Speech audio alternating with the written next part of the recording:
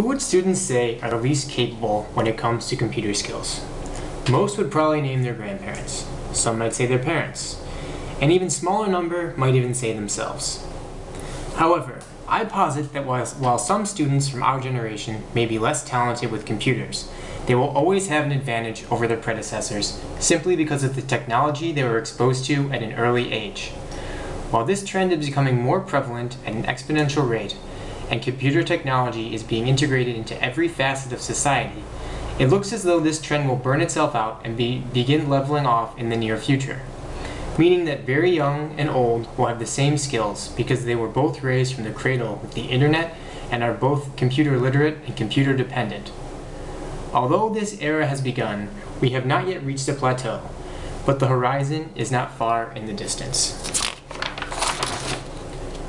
I was born in 1986, and I believe that my generation marks a sea change within the history of technology, because we are old enough to remember using things such as large, bulky desktop computers, cassette tapes, VCRs, and even floppy disks, yet young enough to be able to adapt to the nuances in technology that have mainly come from the internet. This separates us from our grandparents, our parents, and all generations born after us. I have broken it down into three categories.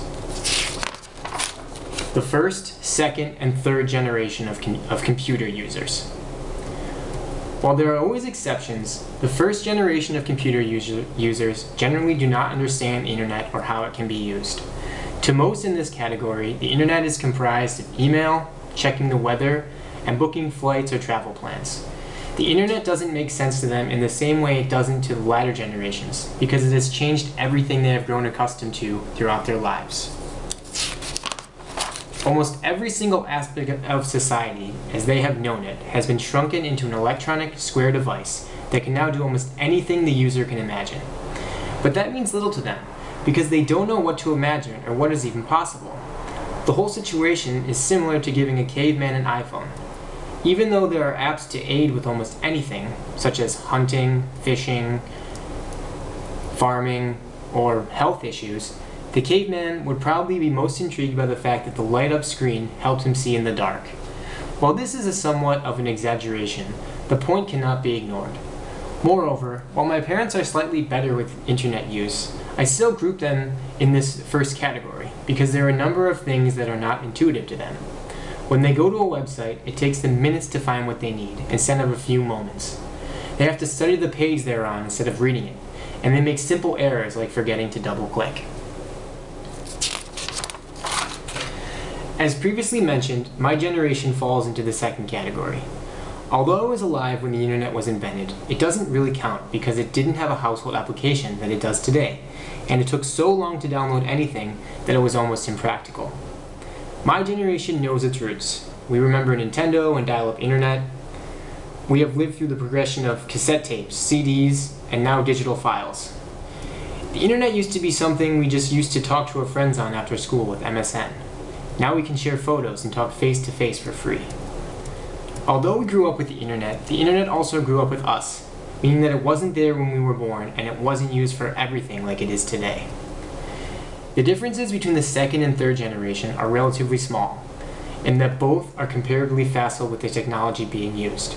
The one major caveat is the role the internet has always played in the third generation's lives.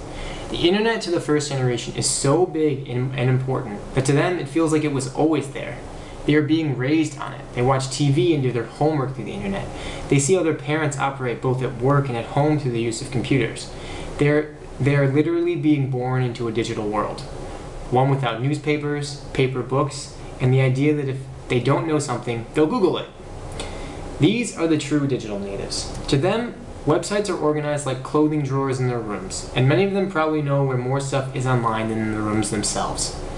The third generation doesn't need to study a web page to find what they need, because it's just where it should be, and double-clicking is as natural to them as turning a doorknob is in order to open it.